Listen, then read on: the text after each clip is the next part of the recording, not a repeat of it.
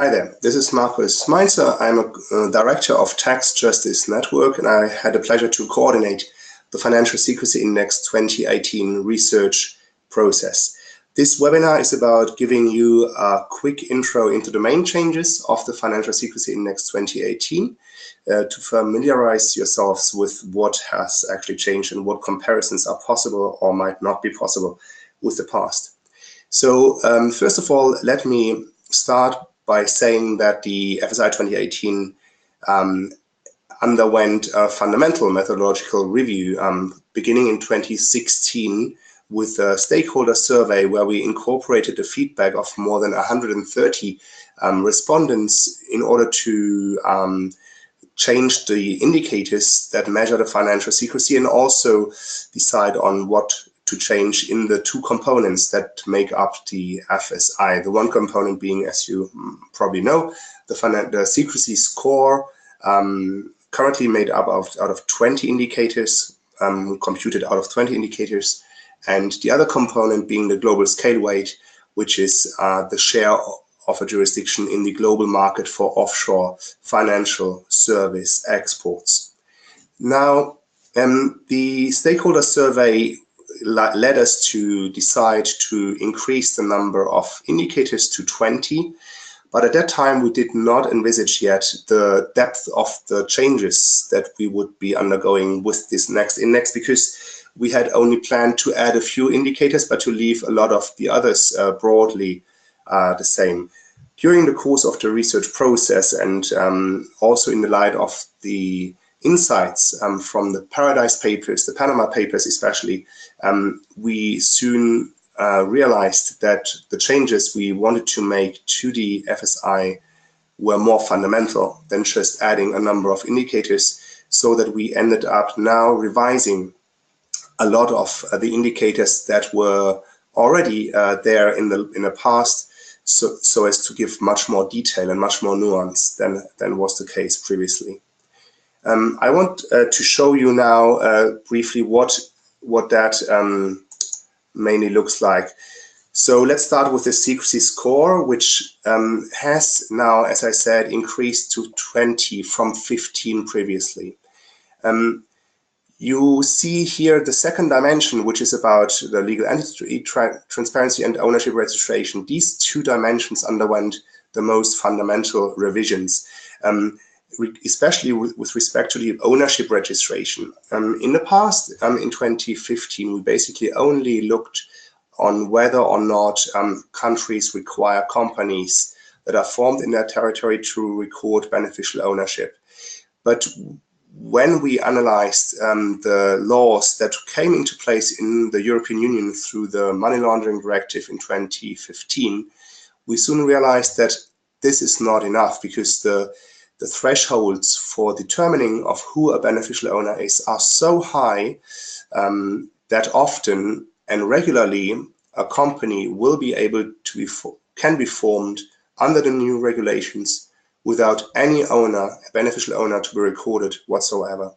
This is because the FATF standards require so-called more than 25% ownership test. So you need to control more than 25% of a share in order to be considered a beneficial owner at all under the existing standards. And we thought this is not fit for purpose anymore after the Panama Papers, where we see a systematic circumvention of the rules for customer due diligence of lawyers, of company formation agents, of banks, etc.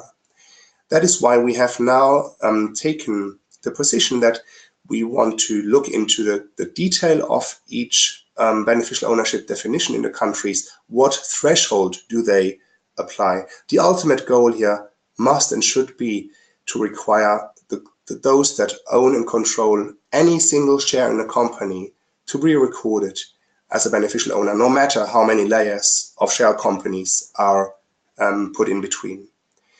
And the other insight was that we want not only to look at beneficial owner, because until we arrive at that moment to have every single shareholder being defined a beneficial owner, a lot of time will pass. That's a fundamental reform that will take a decade maybe. So in the meantime, what we thought is a reasonable complementary here is to ask also about the legal ownership of companies. So if we are not getting the ultimate person, let's at least make sure that every single legal owner, so a notary, a lawyer, a nominee person, or another shell company is systematically recorded without gaps in the publicly accessible registers. And that's what we have done. That's how we have rebuilt indicator number 3 and indicator number 6, and also the indicator number 5, which is a new indicator on limited partnership transparency. Further to those fundamental changes to existing indicators, we have added a few more themes to the FSI. Let me highlight a few here. Under other wealth ownership indicator number 4, we are looking at whether countries have online publicly available registers of real estate owners. So this concerns the legal and beneficial owners of real estate. Are these consistently made public? And you will be surprised, there are a few countries that actually do this, but very few. And the reason why we require this is that it has become evident throughout the last few years that the real estate sector is very, very vulnerable to money laundering, to organized crime investments, and to also kleptocrats investing their money. So that is why we require this to be online, with one caveat. In a situation where the beneficial owner of a real estate actually is registered as a taxpayer, has its taxpayer address, it's in the tax return, this address is given, then this real estate does not to be revealed online. The logic being here, if you live in your own home and you are paying taxes on that place with your worldwide income, this is not an investment. This is not open for abuse very easily. What we're interested here is the investors in real estate, which use real estate as a financial asset, if you like, or as a more or less liquid asset. The other component of the other wealth ownership are free ports. That's another biggie that has come up in the last few years. We saw that the art stolen or partly destroyed, but also stolen by ISIL in Syria, for instance, ended up in free ports, partially in Switzerland, where it has been then sold and has financed terrorism. This kind of example highlights the need for getting a grip on the high-value asset storage places that have been built in many places around the world and which are promoted in the internet by many jurisdictions. So again, here we are looking which countries actually have such storage places for high-value assets, such as art, such as gold bullion, or similar valuable assets, and then to see what regulations are in place to identify the beneficial owners and the legal owners of those places. And surprisingly here, we'll see, for example, that Switzerland is the country with the best regulations, far from ideal, far from what it should be, but at least it has a registration requirement for the legal owners, for those that use free ports in Switzerland. Let me highlight perhaps one last thing. The tax court secrecy is another new theme on the indicator number 14. Here we are checking whether the country's courts are publishing the verdicts in tax matters, both criminal and civil tax matters, online, accessible for free, without exceptions. Here again, there is a few countries that are leaders. The United States is very strong and very transparent here with their PACER court access system, but many other countries lag behind. For instance, Germany, my country, is here in a deep trouble. We have a practice of not allowing the publication of verdicts in tax matters on the grounds of taxpayer confidentiality, on tax secrecy. Clearly, this, and we believe, is a fundamental problem in a democracy where the rule of law requires that the process is open to the public and the outcome of the justice system is open to the public. So these were just a few highlights of the new indicators. If you want to find out more, you can plow through the methodology. You can look at the website where we have more small piece informations here you can see in that page on the secrecy indicators, you can download one sheet for each of the 20 indicators, which gives you a quick, fair overview about what we're actually looking at here. Let me mention maybe one last thing, golden visas. That was a very hot topic in the last year. Countries that offered citizenship by investment programs, golden visa, golden passports. And again, here we underwent a sort of a learning process during the research, because we thought we could easily identify those jurisdictions that have a lenient golden visa policy, full stop, and then treat this as a problem in terms of secrecy, because it can be abused for the avoidance of the automatic information exchange. Now, when we researched it, we then found out that a lot of countries actually offer these kind of golden visa programs.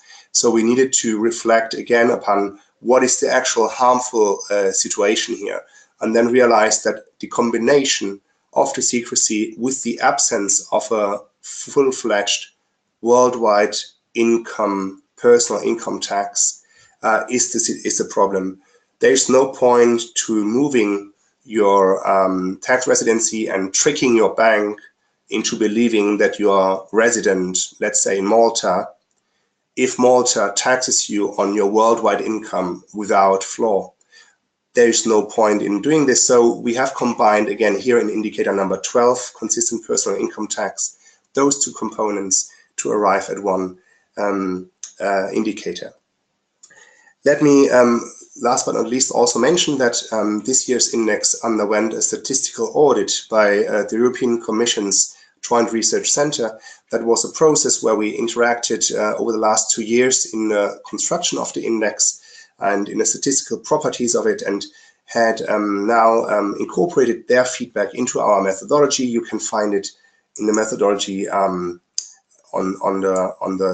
in chapter 6, where they have tested various components, and it's an interesting read. It's a very technical, quantitative read, and the gist of it maybe can be taken that they attest the FSI to be a very well constructed index, and on the key point of concern on the combination of the two components between the secrecy score and the global scale weight, the Joint Research Center does not offer one single preferable alternative to our formula that we are using at the moment. And that is why we have also decided to stick with the formula that we have used in the past. And we might review this over the course of the years. We have also offered in our ranking sheet, if you want to see what the data would look like if it was slightly differently aggregated. We have offered alternatives for you to explore when you are in our main results table. You can easily download here in Excel the sheet where we have offered the alternatives and explained in our methodology what these alternative rankings would imply, or what data they are using and what changes we have made to the formula. Last but not least, let me show you also a nice feature here. If you want to see how jurisdictions would be ranked if they were not ranked by their financial secrecy score, by their value, but by secrecy alone, just click on secrecy score here, and it's ranked by secrecy. Click again, it's then sorting from min to max and vice versa, and the same holds true for the global scale weight. So thank you so much for your interest, and I hope you enjoy the new website and the future, the other gimmicks that are here. Let me mention perhaps that we have a lot of podcasts for you to listen to on the top 10 jurisdictions. They are available here in the main website. They make a fascinating listening experience, and also we have videos on how to use the database, on how to use the interactive map tool, etc. So thanks again, and all the best. Bye-bye.